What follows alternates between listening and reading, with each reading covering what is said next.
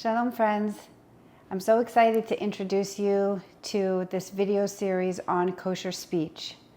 Kosher speech is the Jewish spiritual practice of being careful with our words and of having an awareness that our words have tremendous power to harm or to help our relationships. So I'm excited to dive into this mitzvah, to study with you, to learn with you, to hear about your personal experiences. And I also invite you to join us in our Neshama community for any of our upcoming events, either online or in person. You can find all of our information at niboka.org. And I would love to see you. So here we go, kosher speech.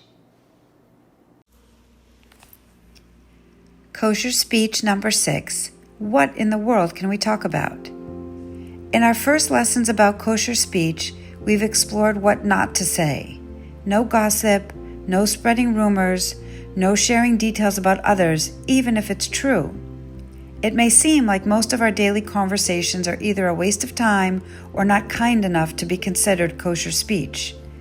In real life, how is it possible to practice kosher speech? Recently, I had the privilege to be with a young woman who had completed her conversion to Judaism studies. We were at the beach, and she was ready for the final ritual step, immersing in a body of water, a mikveh. It was a cool day, but she was beaming warmly. Her family was gathered around her, and she was excited to recite her prayers and reveal her chosen Hebrew name. Before she went into the ocean, she shared a personal story. She said that she had been traveling and someone noticed her Jewish star and asked her if she was Jewish before she technically was Jewish. And she replied without hesitation, "Yes, I am." And she smiled to herself, feeling proud and at ease that Judaism had taken root so deeply in her soul.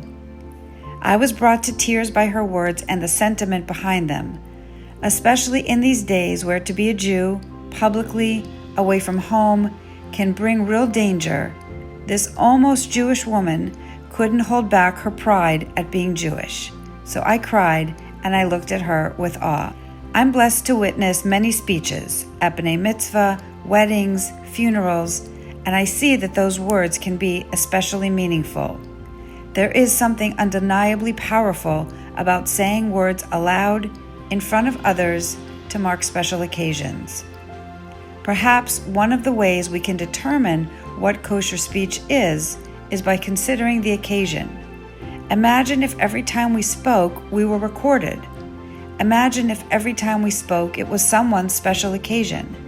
Imagine if every time we spoke, we had an audience that was ready to take our words truly to heart.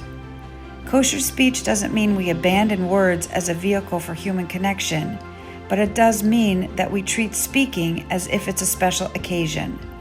Words create reality. Why wouldn't we use the powerful tools of words to bring more good into the world?